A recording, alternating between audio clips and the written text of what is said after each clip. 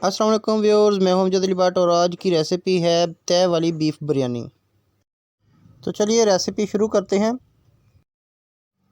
1.5 kilo beef लिया है, उसको 1 चम्मच अदरक लहसुन पेस्ट और 4 चम्मच सिरके में डाल के रख दिया था। 20 मिनट बाद हमने उसको धो लिया और अच्छी तरह से धो के तमाम गोश्त को बाहर निकाल लेंगे। प्रेशर कुकर में अच्छी तरह धोए हुए 1.5 किलो बीफ को डाल दिया। 4 अदद बड़ी प्याज बारीक कटी हुई डाल दी है। 2 चम्मच अदरक लहसुन पेस्ट डाल दिए हैं। आधी टीस्पून हल्दी, 1 टेबलस्पून अधकुटी मिर्च, 1 टेबलस्पून बारीक पीसी हुई सुरख मिर्च और इसमें डालेंगे 2 टेबलस्पून आयोडीन साल्ट और 2 गिलास पानी डाल के प्रेशर कुकर को बंद कर देंगे और बज़र के बाद 15 से 20 मिनट बाद इसको खोलेंगे।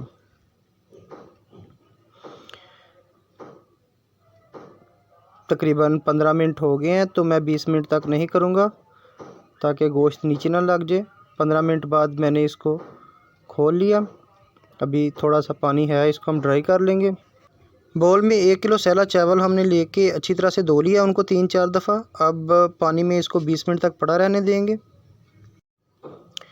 बीफ में से पानी हमारा तकरीबन खुश्क होने वाला है। थोड़ी देर में ये तकरीबन पानी सारा खुश्क हो जाएगा। तो गोश्त भी हमारा तकरीबन गल चुका है। अब हमने इसको मज़ीद नहीं पकाना, बस कढ़ाई में मुंतकिल करेंगे और घी डाल के इसको भूनेंगे। भूनने से इसकी स्मेल चेंज हो जाती है, टेस्ट अच्छा हो जाता है। तो गोश्त को, बीफ को भूनना जो होता है वो ज़रूरी होता है। अच्छे तरीके से इसको भूनें। 1 बड़ा चम्मच घी का डाला है। बहुत ज़्यादा घी हम इस्तेमाल नहीं करेंगे क्योंकि बीफ में से काफ़ी यखनी निकल आई है और हम इसको घी और यखनी में दोनों में भूनेंगे अच्छे तरीके से उस वक़्त तक कि जब तक बीफ और घी अलग-अलग ना हो जाए।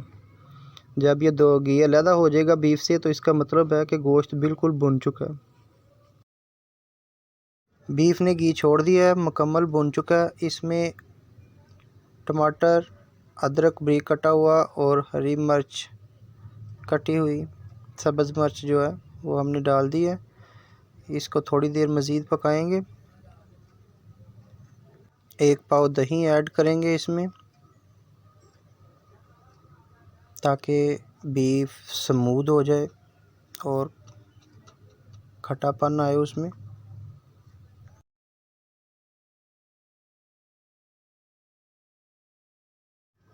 बीफ हमारा कौरमे के लिए मुकम्मल तौर पर तैयार हो चुका है। दूसरी तरफ देचके में पानी डालते हैं। पानी हमने ज़्यादा लेना है बॉईल करने के लिए और इसमें 2 चम्मच आयोडीन साल्ट के डालेंगे।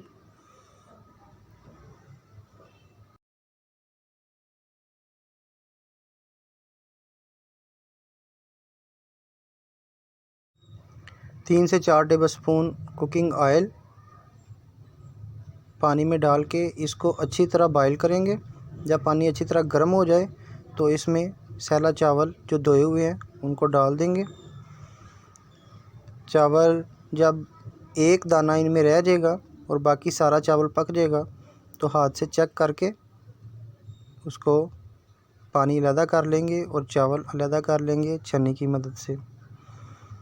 चावल तकरीबन तैयार हो चुके हैं। अब हम इनको छन्नी की मदद से अलग कर लेते हैं। खाली देचका लेंगे, इसमें बीफ जो हमने तैयार किया था वो हम उसकी एक तह नीचे लगाएंगे।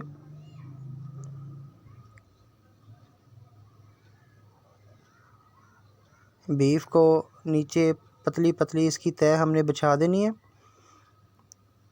और इसके ऊपर चावल डाल देंगे। जो चावल हमने अभी अभी बॉयल किए हैं नमक और ऑयल डाल के, वो चावल डालेंगे और उनकी भी एक तह लगा देंगे।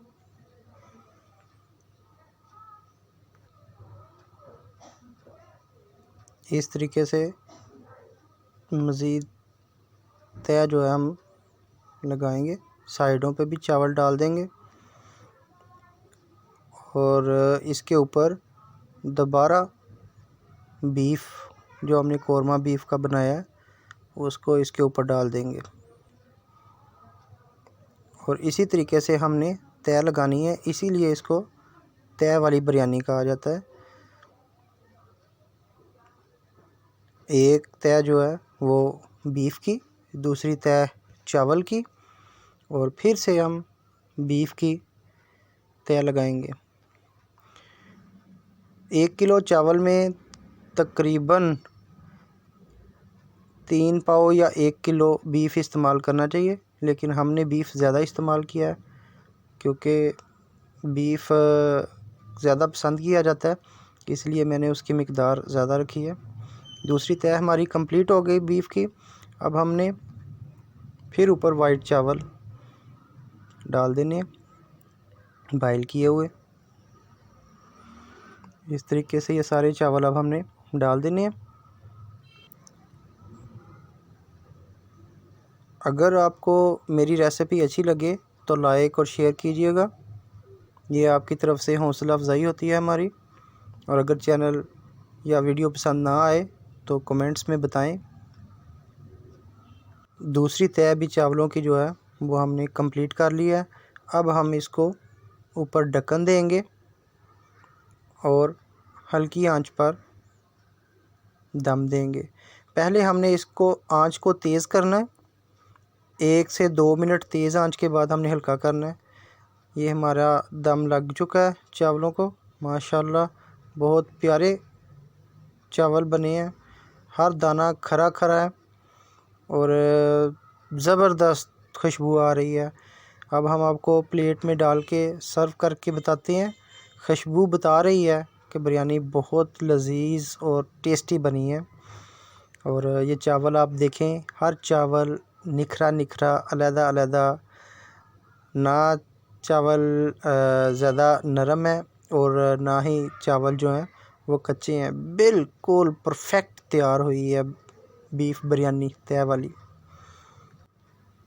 माशाल्लाह बहुत खूब, बहुत ज़बरदस्त चावल बने हैं। ये हम इसको डेकोरेट करके भी बताते हैं। ये देखें बहुत प्यारी बिरयानी बनी है। इसके साथ ही अमजद भट्ट को इजाज़त दीजिए। अपनी दुआओं में याद रखिएगा। अल्लाह हाफिज़।